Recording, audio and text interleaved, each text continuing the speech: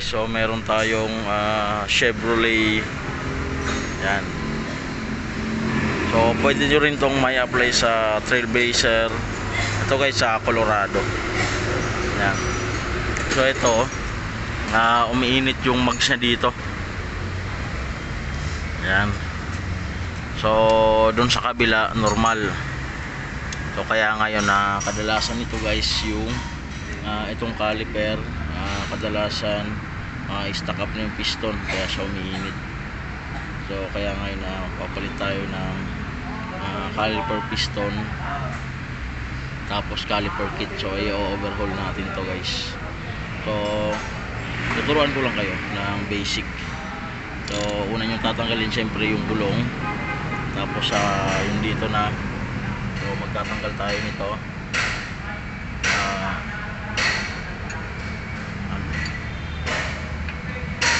17mm. Yan. Tapos guys yung dito, so 12mm.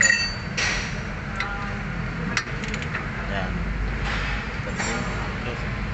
12mm. So tatanggalin natin yan. So kailangan sipitan natin to para hindi siya tumagas ng tumagas.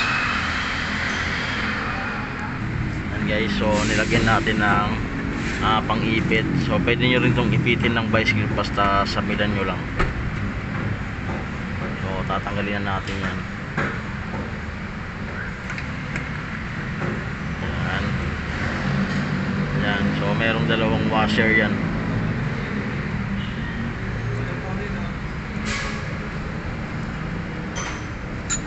Tapos guys yung 12mm.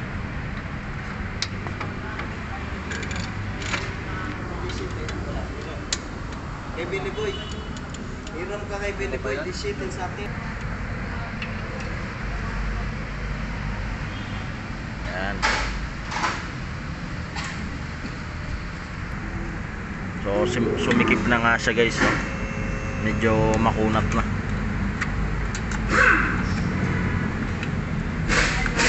Yan.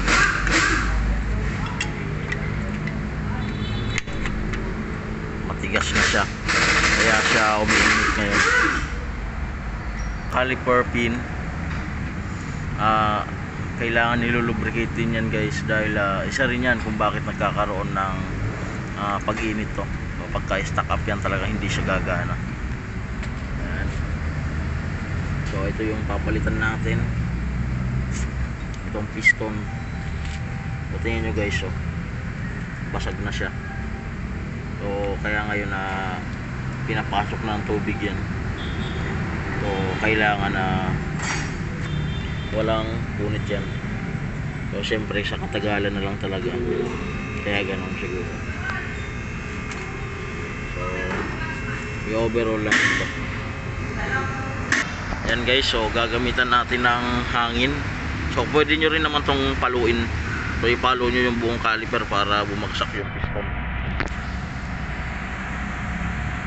Ayan.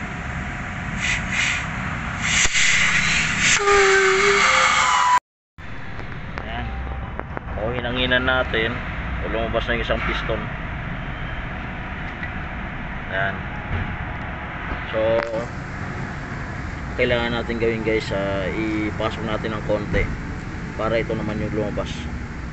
So lagyan natin ng pang kalsyo dito. Ayan.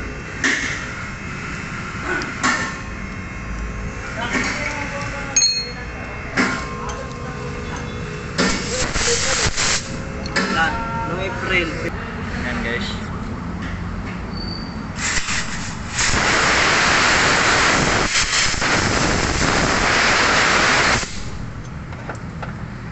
Ayan guys. So nilagyan natin ng pangkalso.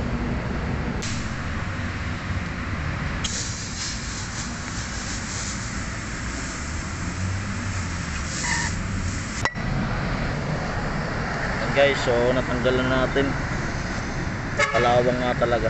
So kaya magpapalit tayo nito. So lilinisan muna natin yan.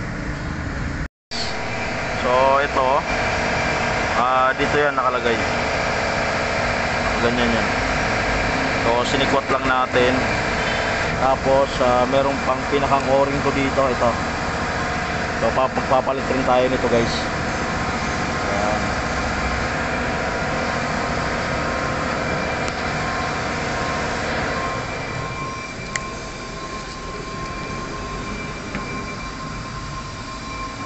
So pinasok ko ng tubig yan kaya nagkaganyan. So ngayon na tatanggalin lang natin itong mga kalawang na to, liliyain natin bago natin ilagay yung bago na repair kit tapos piston. Yan. And guys, so dito na yung caliper natin, oh. Malinis na yan. So dito yung caliper, piston tapos kit. So ito yung part number nya guys, oh. Ayan. Ayan.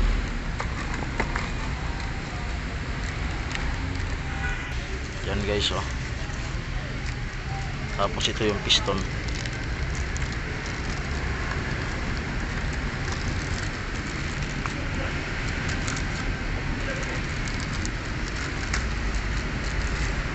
Yan. So ilalagay natin guys, so lagyan natin ng grasa yung o-ring.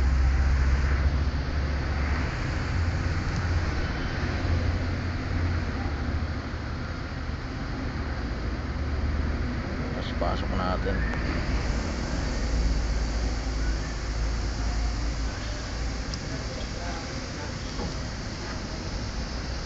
Tapos lagyan natin ng grasa ulit. So kailangan na malinis yung paglalapatan para hindi sumabit.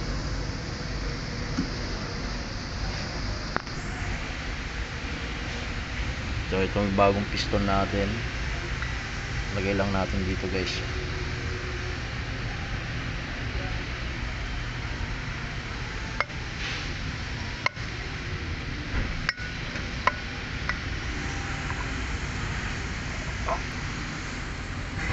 Napakalambot lang. So saka natin ilagay itong boot nya.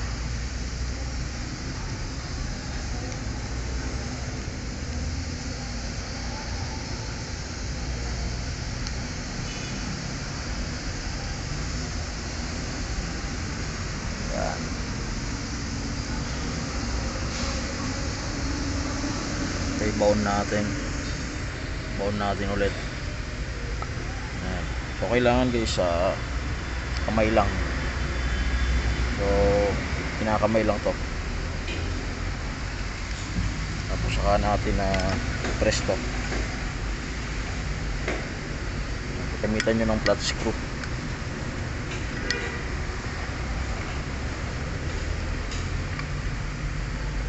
Ingatan nyo lang guys, baka yan.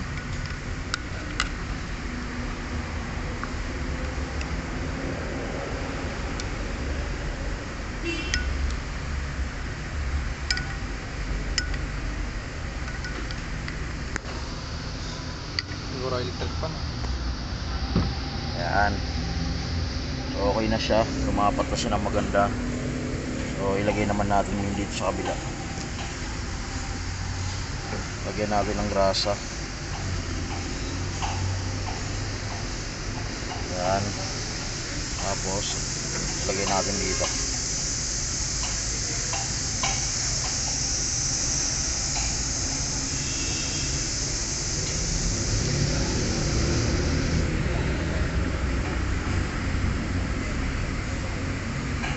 Yan. Lagyan natin ng grasa. So dito yung piston na kakabit natin. Lagyan natin ng konti. Tapos saka natin ilagay dito. So ito guys, huwag nyo pupersahin na pasok to. Kailangan na susunod lang sa kamay nyo pagka tinulak nyo. Kailangan malambot lang. Ayan. Ayan. Ford Ranger ba may kuha? Bigyan mo natin. Ayan.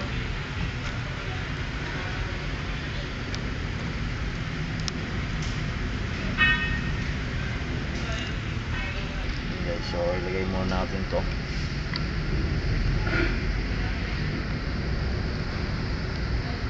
Tapos itulak natin ng flat screw.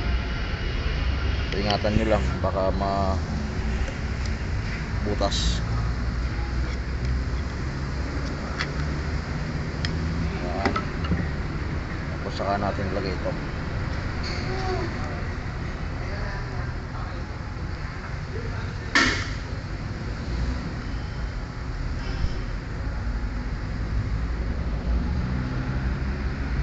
So i-press pa natin to guys.